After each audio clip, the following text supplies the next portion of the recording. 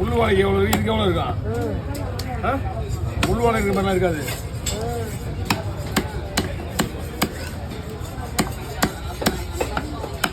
சாப்பிடல அவங்க சொன்னாங்க.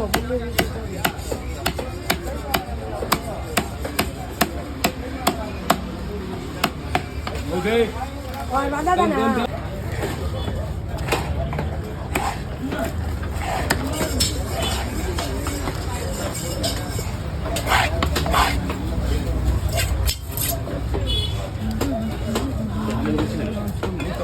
பார்த்தேன் உங்களதான் எங்கள் அண்ணன் சொன்ன அவர் தான் யூடியூப்ல வருவார். அவருக்கு தெரியாது, அவருக்கு கூட புதுசாக வராரு.